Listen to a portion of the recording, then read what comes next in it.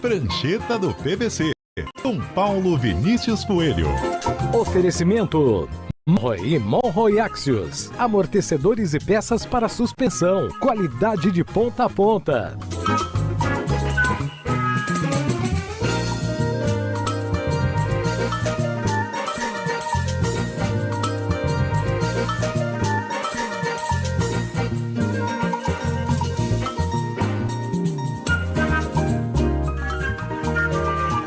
Muito bom dia para você, Paulo Vinícius Coelho. Muito bom dia, Milton Jung. Muito bom dia, Cássia Godoy. Tudo bem? Tudo certo, PVC. Bom dia.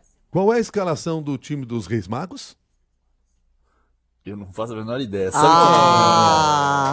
Mas assim não é possível. Aliás, tem nome de craque um deles, né? Porque temos Melchior, Gaspar e Baltazar.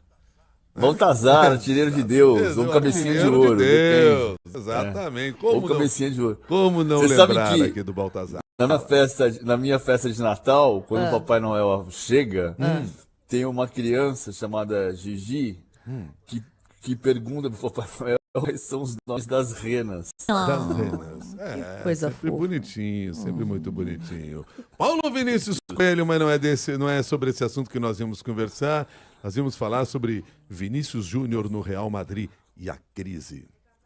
A crise, a maior crise dele desde 2020, quando o Zidane fez a sua última temporada como técnico e ele começou a se recuperar mesmo depois do Ancelotti chegar em 21, 22. 20 e 21, olha coisa que me chamou a atenção, vou dizer surpreendente, me chamou a atenção. Em outubro de 2020, teve uma crise do Vinícius Júnior com o Benzema, num jogo Borussia Mönchengladbach na Alemanha e Real Madrid 2, Liga dos Campeões, e o Benzema virou-se para o Mendy, lateral esquerdo francês, como ele, Benzema, e disse, não passe a bola para o Vinícius porque ele está jogando contra. E teve um flagrante de leitura labial e foi um constrangimento. O Benzema confirmou que tinha falado isso, disse que tratava o Vinícius Júnior como um irmão mais novo, pediu desculpas e eles ficaram numa super boa. Depois, está até no documentário Baila Vini, que está na Netflix.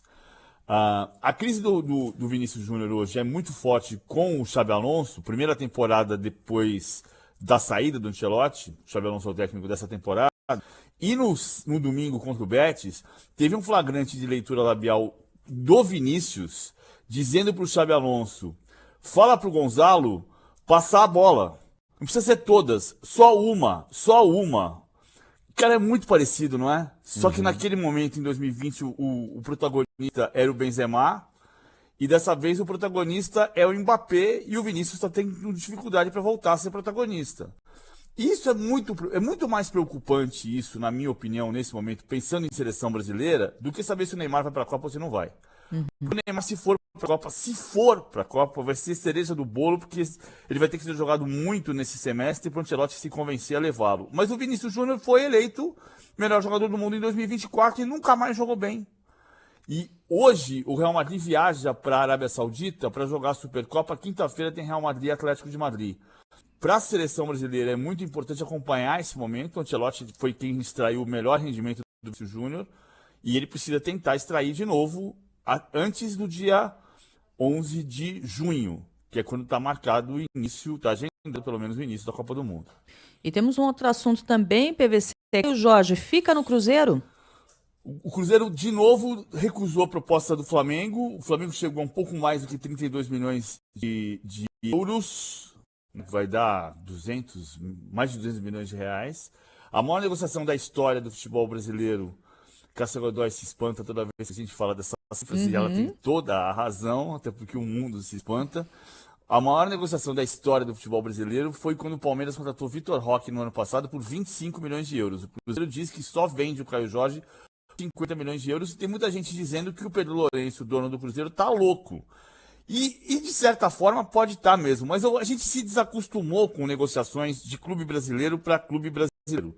E eu não estou aqui para dizer que está certo ou está errado. Eu, no lugar do Cruzeiro, estou entendendo perfeitamente o que o Cruzeiro quer. O Cruzeiro quer se manter forte e não quer reforçar o seu principal adversário, que ele quer disputar os títulos e o Flamengo é o grande rival. Então o Cruzeiro não quer vender para o Flamengo.